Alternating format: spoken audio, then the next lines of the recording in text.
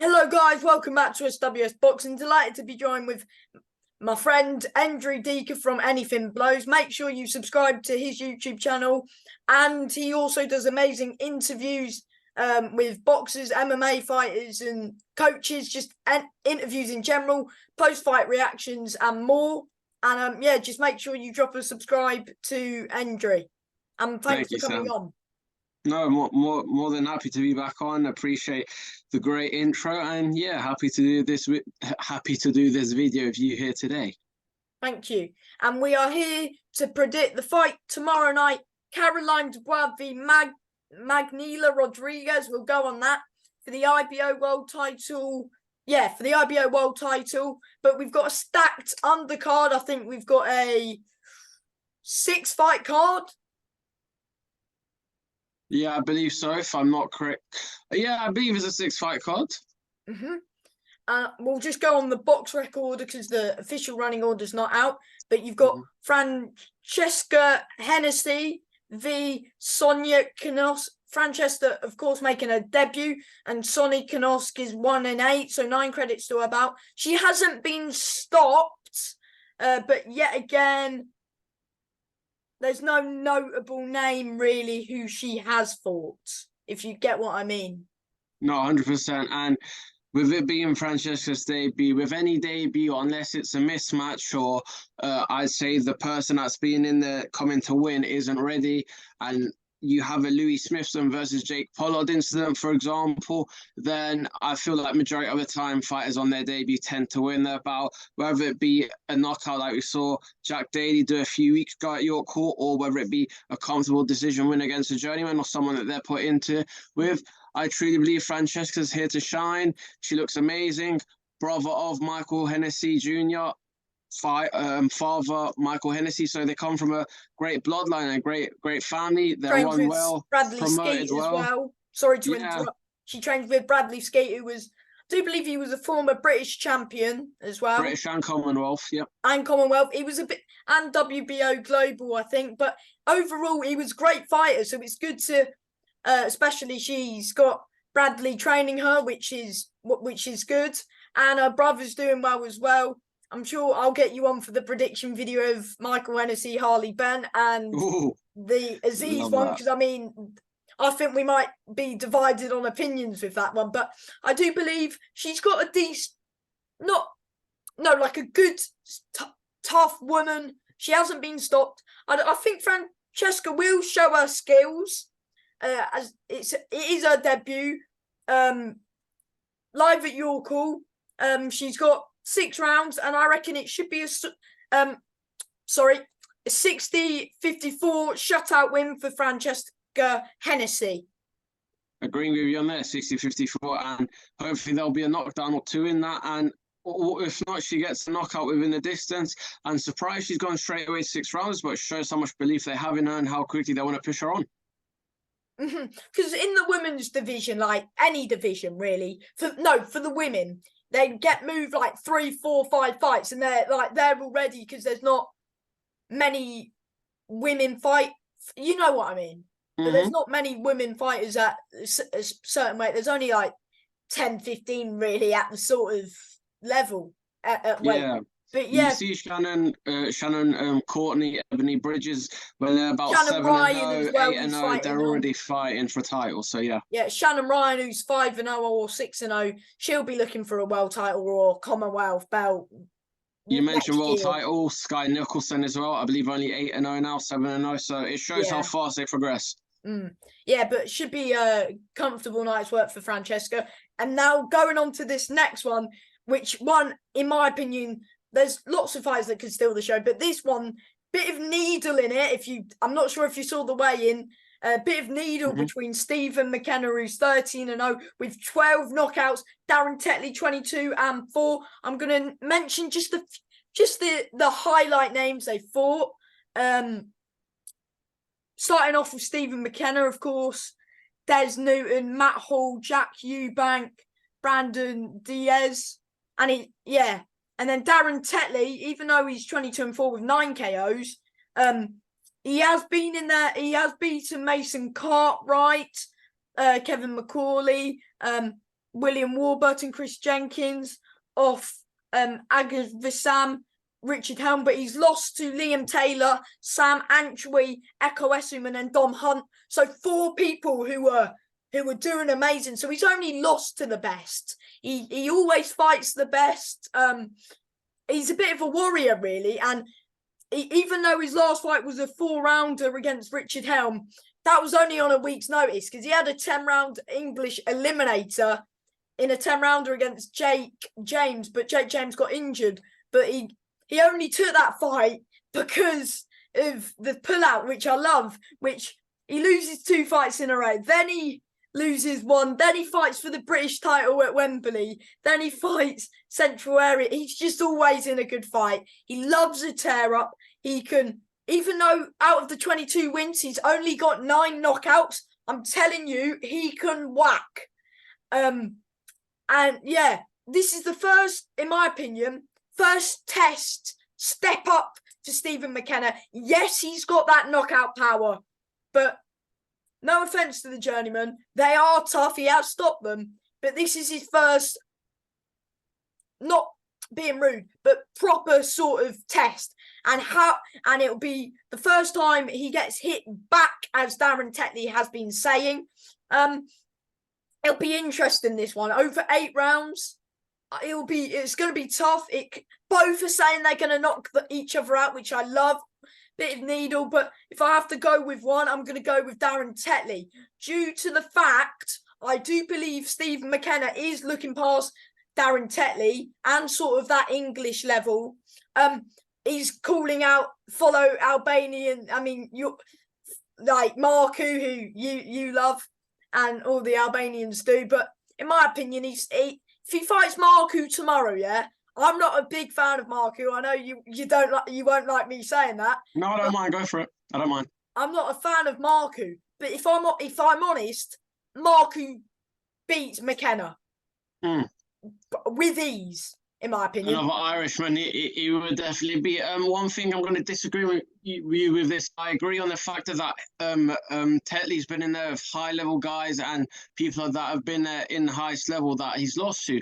However, one thing I'm going to say, being there for the June show when they had Vidal Riley and East Taj and Fraser Clark, Caroline Dubois, the Irish fans, honestly, my eardrums must have burst. They were unreal, especially in York Hall. The Irish are amazing anywhere, but in York Hall, in such a small capacity, it's like, I know it's probably one of the hottest days of the year before August came about. Oh, I've been there as well, and some atmosphere you get in that York Hall. I mean, I was at Dex Spellman Ellis Zorro last year, and that round 9, I was like, geez, I thought I was going to go deaf. Honestly, it was crazy. I couldn't even hear myself speak. It was that loud. Yeah. So in terms of that one, just because of the fans, obviously a famous quote Floyd Mayweather said, the fans can't fight for you. But I do believe Stevie has it. But as you said, look at Dylan Moran. All the respect in the world to Dylan Moran, a fellow Irishman. 3 of his wins, 3 of the 18 wins came against winning records. 15 were against losing records. So it just goes to show, is it padded up or is it going to prove on a night? I'd like to see McKenna win, and I'm going to back McKenna to win this one, but it's going to be a tough and a closer matchup than people think. KO or? Earlier on, if McKenna doesn't get him out of there, then it goes decision and he wins it. Okay. I'm going with, I think McKenna needs to knock him out in 4 rounds. Otherwise, it's going to Darren Tetley, in my opinion. Darren, I've had him on, I think 3 times. Very good guy, very humble lad. But I think this is his time. I think this is his, no offense to him, he hasn't said this, but possibly could be the last big throw of the dice. If he keeps wanting to chase, he's got to try and win these sort of domestic fights. He didn't need to take this fight. He was meant to fight Danny Bull at the end of the year for the English, but he's like, this came up. He's like, let's go for it, and then let's go for the English. I love his mentality. I reckon he's going to do it. I reckon he'll stop in round 6. Darren Tetley TKO. 100%. And then you've got a big heavyweight fight, 8 rounds. You've got Jamie TKV 5-0 v Igor Maciado, who's 11-1. I'll say the names they've been in there with. TKV, really just name all of the people he's been in there. Lost my words. Alvaro Taroni, Jake Darnell, he stopped in round 1. Joel Dossout, again, another sort of prospect he beat, who was 1-0 at the time. Harry Armstrong, who we know did well against Fisher. I mean, that went the distance. That could have gone either way, but he did well. And then he's knocked out some guy in Poland. But this, again, I think it is a good step up for him. I think he's the Brazilian. Well, you spoke to him, but I think he's former Brazilian heavyweight champion, yeah. Yep. And he's got 11 knockouts. 11 out of 11, yeah. And his only defeat was to Sergey Kozamin. And I think he's been in there with Povetkin or somebody. Well, Michael Hunter and Martin Bacoli, sorry. So that's who Igor's the person who he lost to. So, I mean, he's half decent, the guy he lost to as well. So, yeah. And Michael Hunter, Bacoli, big names. It's big names. Again, they're both big hitters. This ain't going the distance. I'm excited for this one. Don't miss it. I mean, you can't, if you go to the kitchen and get if you just blink and you'll miss it, really. If you go to the kitchen to get a drink, don't, because you'll miss the knockout otherwise. So that's what the heavyweight division is all about. Yeah, you just can't get off your seat. So I reckon it'll be done in 4. I do. Or maybe they'll, I don't know, hopefully they'll stand and bang. I literally just said I reckon it'll go, I reckon round 4 to TKV. I reckon. I'm going to agree with you there. And whoever lands that massive shot first, as I say. Or whoever I'm going to say round 6. First. Yeah, round 6. To who? Jamie. Jamie. Yeah. I sort of, yeah, that's fair. But if this might be a step too far for Jamie, who knows? But I think TKV should get the job done. Mm-hmm. Then we've got your English cruiserweight vacant title. You've got the man from Tottenham, Hakey, London, Vidal Riley. He is 9-0 with 6 knockouts. Of course, coming off 2 wins to Anis Taj. He's also beat Joanne Velo, Ross McGuigan, and Will both Sepotha. But on the other hand, you've got Nathan Quallers, 12-0. Again, he hasn't really been tested. Okay, beating Stevie Collins Jr. and Ethan King with winning records. Other than that, oh no, and he did take somebody's O in 2019. So he's only had 3 sort of tests, no knockouts, which is a bit for him is. But whether people, I've heard some of the Sky commentary on the public workout that maybe these prospects are like, on the small hall shows, they say save their power to load it onto the big show stage. Whether that's true, I don't know. But I'm excited. Vidal Riley, of course, unfortunately, I was cheering for Anis, but I do like Vidal. I just really like Anis, so I wanted Anis to win. But Vidal's a good fighter. Anis. Big up, Anis, big up. But yeah, the first fight with Anis, Vidal, he won the first 2 against Anis. Then Anis was starting to come back into it. Then there was. You're talking about the second fight, right? Or the first fight? First fight, when Anis got yeah. What? Absolutely. Massive cut, and he was still doing that with his chest. I mean, that man, I know Anis isn't fighting, but that guy, Braveheart himself, that just explains him, doesn't it? The way he just stands there banging his chest when he's got blood going down there in his eye and everything. I just love that mentality, and I hope he gets another defines opportunity. Braveheart for you. Yeah, and then Doctor stopped it. I agree. People are saying that he didn't deserve the rematch. In my opinion, he did deserve the rematch because he was coming on strong in, I think it was round 3. It was. Then the rematch, I thought, started off. Vidal was pinging his head back a bit. You were there. I thought Vidal was looking to stop him early first, second round. He was looking, and he's held his own. Round 3 again, Vidal looked like he was going to stop him, but in that round 4, Anise had Vidal hurt at times, didn't he? Yeah. That round 4, I was at the edge of my seat. I thought Anise was getting to him, and he was tagging him with a few shots. Then Vidal gave him a low blow. Anise goes down.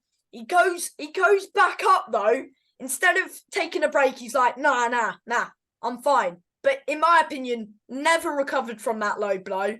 And Vidal just didn't let him off the hook after that low blow. I thought that low blow turned it on its head, really. No, you know what I mean. Anise was in a rhythm. Yeah, of course. That low blow affected Anise, and he just never recovered from the low blow. And Vidal just didn't let him off the hook and got him out of there.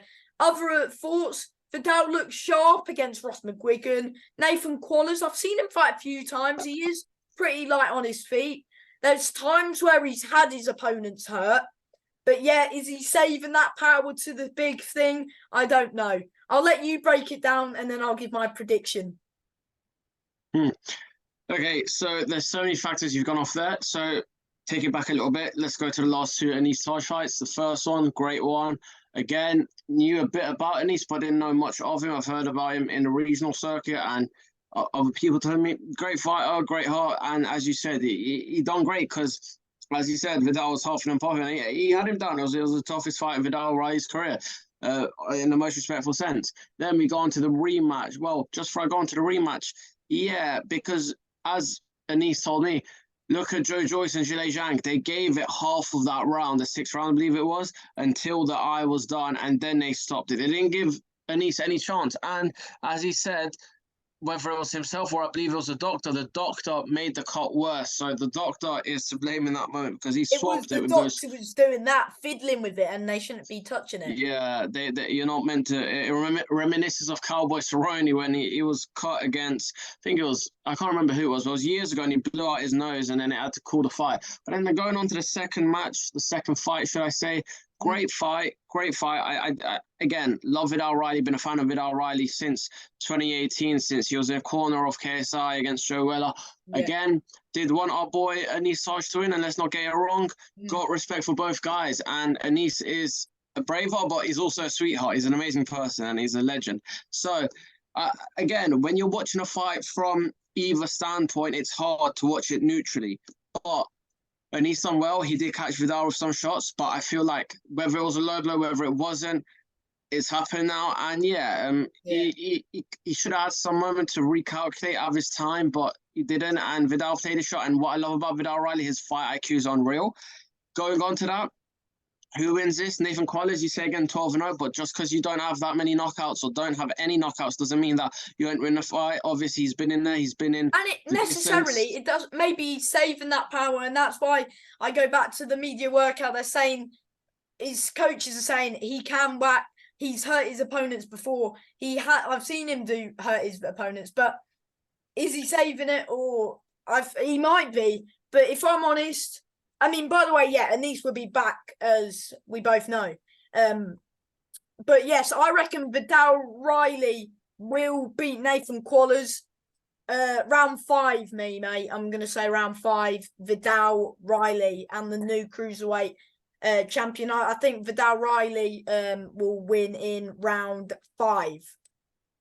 I'm going to agree with you there. Round 4 or round 5. If not, I can see a decision. It just depends how Nathan comes up. But if Nathan's hurt early on, Vidal gets him out of there worse than he did Taj. So, yeah, go with Vidal Riley and the new English cruiserweight champion. And then you've got Callum Simpson v. Jose De Jesus Machasa. Callum Simpson 12-0, powerful, beating Boris Crichton. He's beaten Neves, Ben Ridings, he's former Central Area champion, Anthony Woolery, Louis Van Poch and Elvis Dube. He's heavy-handed, but it's his first fight with the Mexican. We know these Mexicans, they're just love upsetting British prospects. Jose Jesus Masha has got 28 wins, 12 defeats, 4 draws with 14 knockouts, so he can whack in his own right. He's been in there with Kevin Laraja, Courtney Pennington, Stephen Butler, coming off 2 defeats. He's been in there with a few decent people. Not beaten anyone notable, really. Let me have a look quickly. Oh, no, Stephen Butler's probably his biggest win.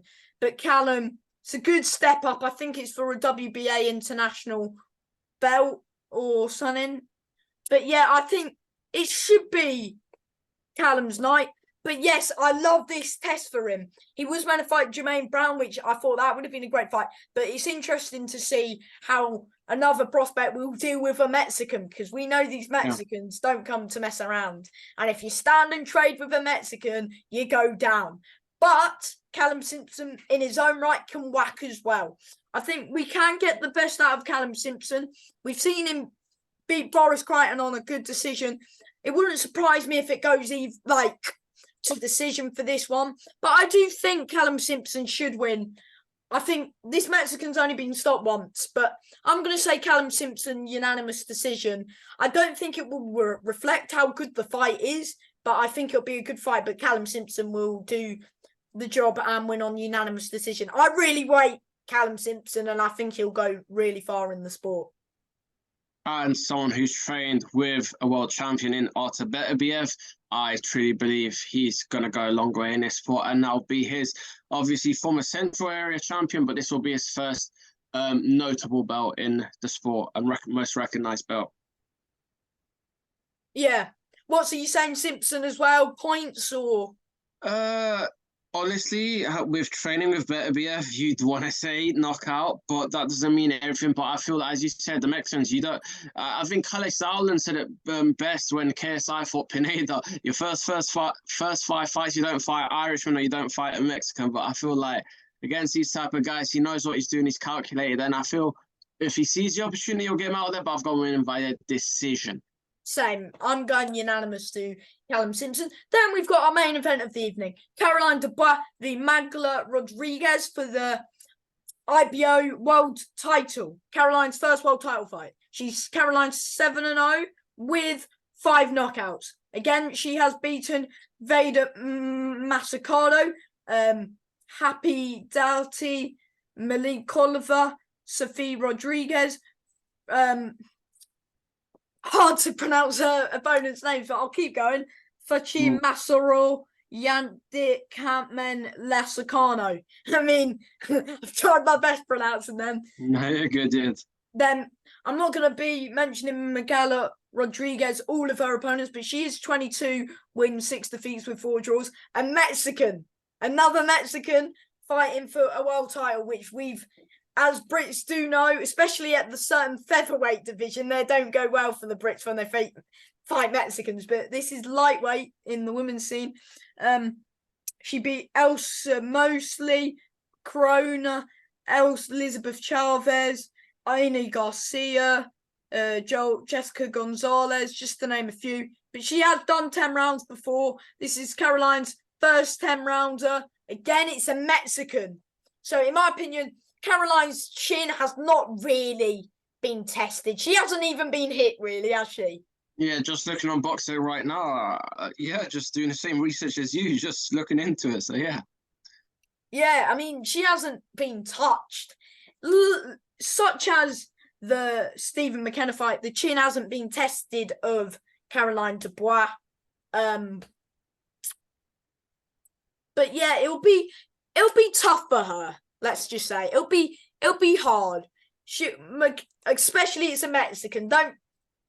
This is interesting. This one, I think people are like, maybe you should get Vidal Riley main event, but I like seeing a women's title fight, a world title fight. It should be a So decent. just before you continue, to put my word on that, if you go on off of it numbers wise and popularity wise, Vidal has 1 million subscribers. He has 500,000 followers on Instagram. Does it mean that you've got the stardom? Can you do it? That's one thing people need to take away from Vidal Riley. He is not a YouTube boxer. He's a boxer, but he does YouTube as well. And he'll be happy enough to call himself a YouTuber, but he's not the so-called YouTube boxers. In like the likes of KSI, you know, yeah, that's what you're, yeah. One day I could see him headlining Tottenham Stadium, his own football club. I could genuinely see him do that and being main event, but he's chose to go on the old school traditional route. He fought in Vegas, now he's come over to box, so they're building him up, and I feel like they're not rushing him, and soon They're when matching he him wins well. his They're title. matching him well.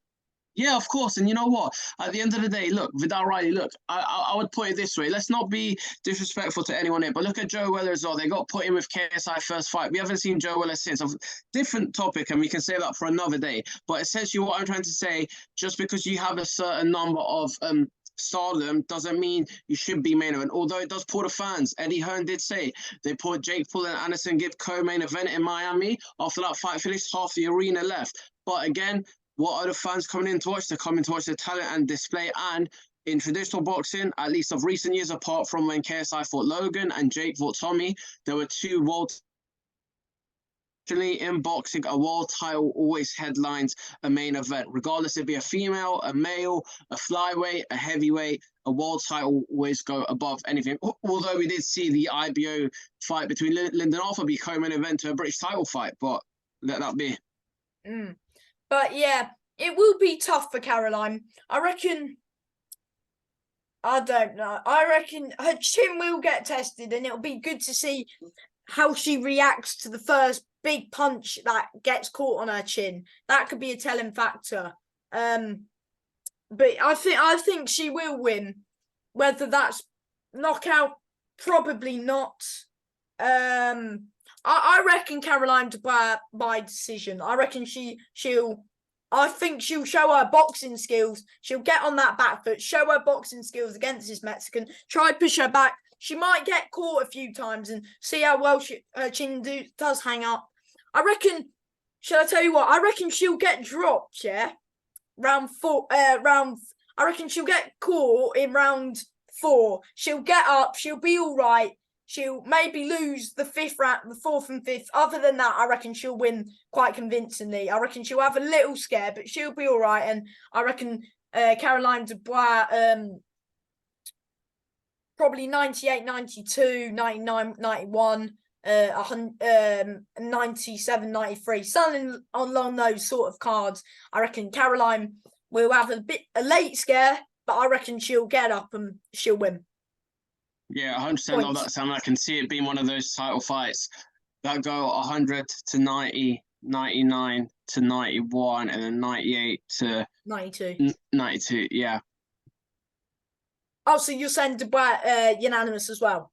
Yeah, of course, 100%. And like you said, every fight, everyone in sports has gone up a level. It's going to be the toughest test of their career, but it's going to be one of these fights. Does she blow it out and make it an easy fight, or steamroll it, should I say, like Matt Frivola, or is she going to make it a hard fight? I feel like she'll cruise into it, but maybe in the later rounds, because the earlier rounds are definitely going to be very tough. We did see that in her last outing, and she wins the IBF world title. IBO, but yes. IBO, my bad. Sorry, I made that mistake live as well with her, so yeah. Oh, it's all right. Don't worry. It's all good, mate.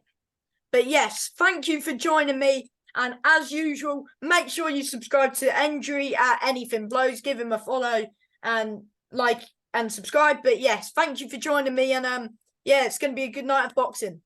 And just before I let you go, we have got an amazing weekend of boxing. The return of the King, Saul Canelo Alvarez, Jai Pataya versus Jordan Thompson for a world title fight. And as always, guys, if you want to stay updated with all the best boxing news, latest boxing news and interviews, make sure to check out Sam from SWS Boxing. Until next time, Sam, it's been an honor and can't wait to catch you up very shortly. Nice one, mate. And yeah, thank you for your time. God bless. God bless, mate. Bye.